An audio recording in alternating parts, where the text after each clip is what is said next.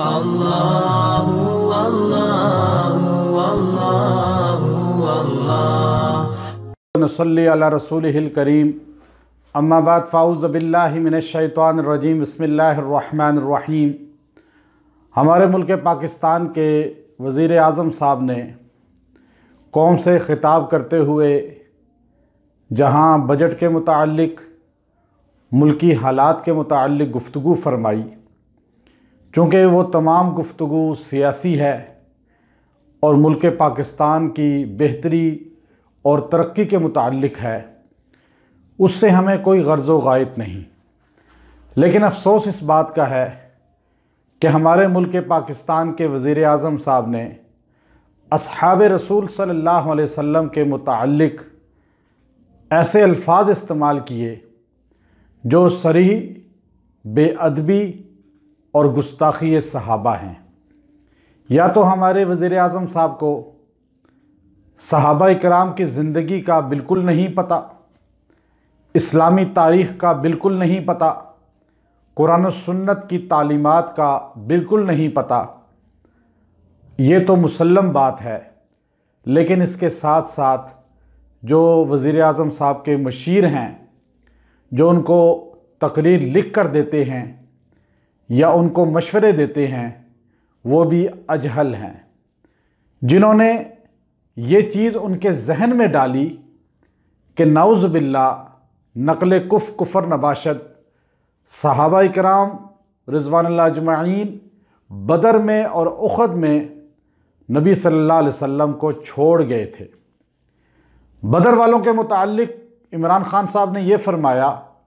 کہ وہ ڈر گئے تھے 313 کے علاوہ باقی سارے، حالانکہ ایسی بات قرآن و سنت میں کہیں نہیں ہے۔ بدر والوں کے متعلق تو خود قرآن پاک کہتا ہے اعملوا ما شئتم، تم سارے بخشے ہوئے ہو، جو بھی آج کے بعد عمل کرو تمہیں کوئی گرفت پکڑ نہیں ہوگی۔ حضور اقدس صلی اللہ علیہ وسلم نے بدر کے معرکہ میں، بخاری شریف کے اندر موجود ہے،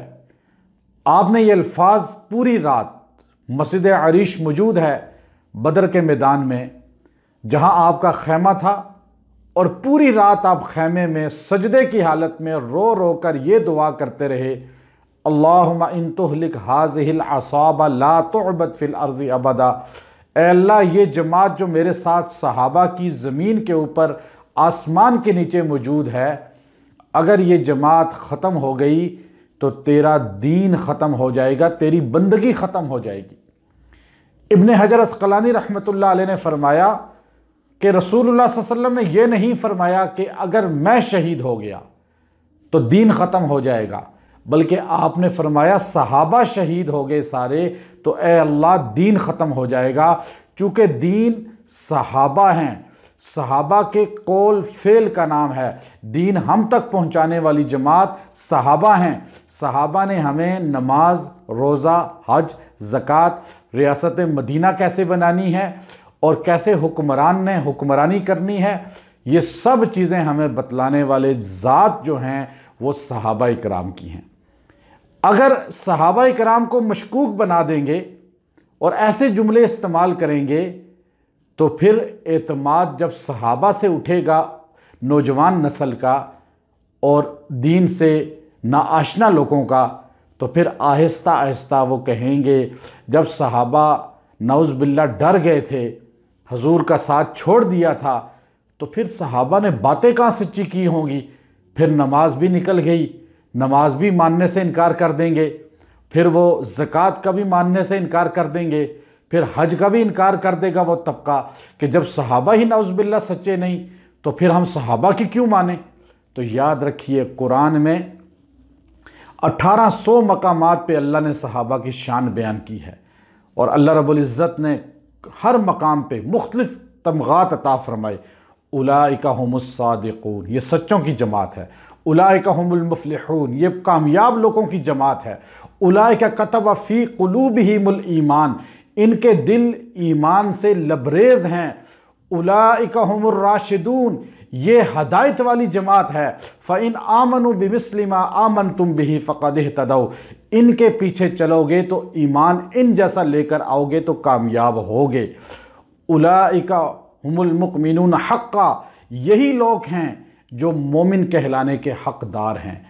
اولئک حزب اللہ، یہ اللہ کی جماعت ہیں۔ رضی اللہ عنہم ورضوا عنہ، اللہ ان کو کہتا ہے میں ان سے راضی، یہ مجھ سے راضی۔ تو اس لیے احد والوں کے متعلق کہا جی انہوں نے لوٹ مار میں شریک ہو گئے۔ استغفر اللہ، وہ لوٹ مار نہیں ہے، جہاد کرنے والوں کو پتہ ہوتا ہے کہ مال غنیمت کسے کہتے ہیں۔ قرآن کی ایک سورت انفال ہے جو مال غنیمت کے متعلق نازل ہوئی ہے، اس سورت کو پڑھیں۔ جہاد میں کافروں کا مال جمع کرنا مال غنیمت ہے۔ یسألونک عن الانفال قل الانفال للہ والرسول، مال غنیمت اللہ اور رسول کا بھی حصہ ہے اس میں سے، اور دنیا میں سب سے بہترین مال، رزق حلال سے بھی افضل مال مال غنیمت ہے، جہاد کا مال ہے۔ یہ جو آپ کو نہیں پتا وہ لوٹ مار تھی، یہ مال غنیمت تھا۔ لوٹ مار تو یہ ہے جو حکومتوں میں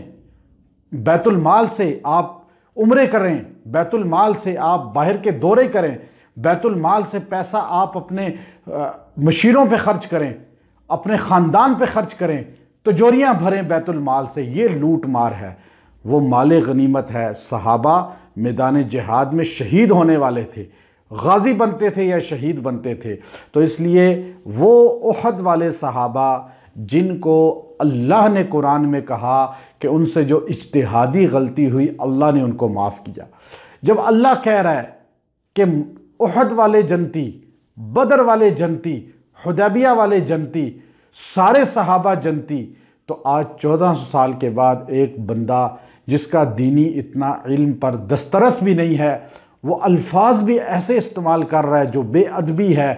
صحابہ کی بے ادبی ایمان سے محروم کر دیتی ہے۔ ہماری گزارش ہے ہمارے وزیر اعظم صاحب سے کہ صحابہ کے ادب کو ملحوظ رکھیں۔ آپ گفتگو کریں اپنے سیاستدانوں پر، آپ گفتگو کریں اپنے ہم عصروں پر، لیکن ان ذات وہ ہستیاں جو اللہ اور اللہ کے رسول کی محبوب ہیں، جن کو جنتی ہونے کی بشارت رسول اللہ نے دنیا میں دی، آپ ان پر ایسے تبرہ مت کریں، گستاخی مت کریں۔ اللہ تبارک و تعالی ہمیں صحابہ کی ادب اور عزت کرنے کی توفیق عطا فرمائے۔ حضور علیہ السلام نے ایک جملہ حدیث ترمذی میں ارشاد فرمایا کہ جب اذا رأیتم الذین یسبون اصحابی فقولوا لعنت اللہ علی شرکم، جب میرے صحابہ کے خلاف کسی کو بات کرتے ہوئے دیکھو تو ایک بات کہہ دو، فقولوا لعنت اللہ علی شرکم، تمہاری ان باتوں پر تمہیں اللہ ہدایت دے، تم پر پھٹکار ہو، تم صحابہ کے متعلق لب کشائی کر رہے ہو۔ وآخر دعوانا ان الحمد للہ رب العالمین۔